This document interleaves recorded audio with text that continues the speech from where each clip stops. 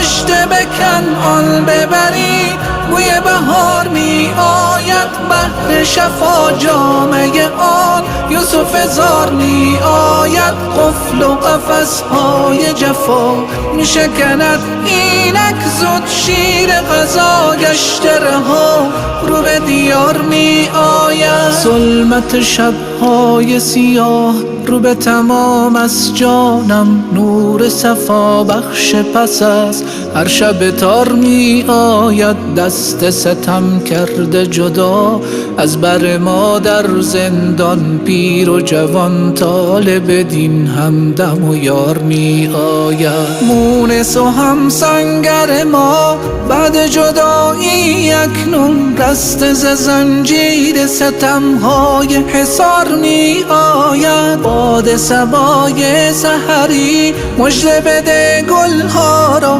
فصل خزان رفته کنون شور بهار می آید. مژده به کنعان ببرید، بوی بهار می آید، بحر شفا جامه آن یوسف زار می آید. قفل و قفس‌های جفا می شکند اینک زود، شیر غذا گشته رها رو به دیار می آید.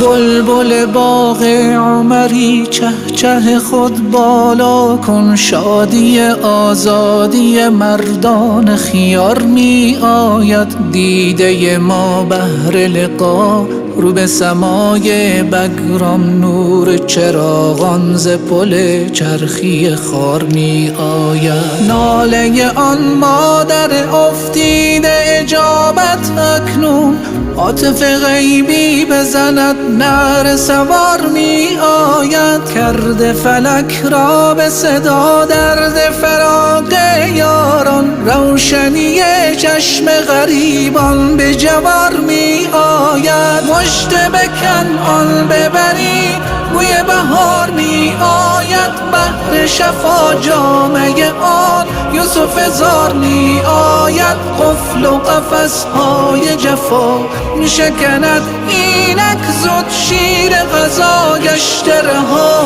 رو به دیار می آید.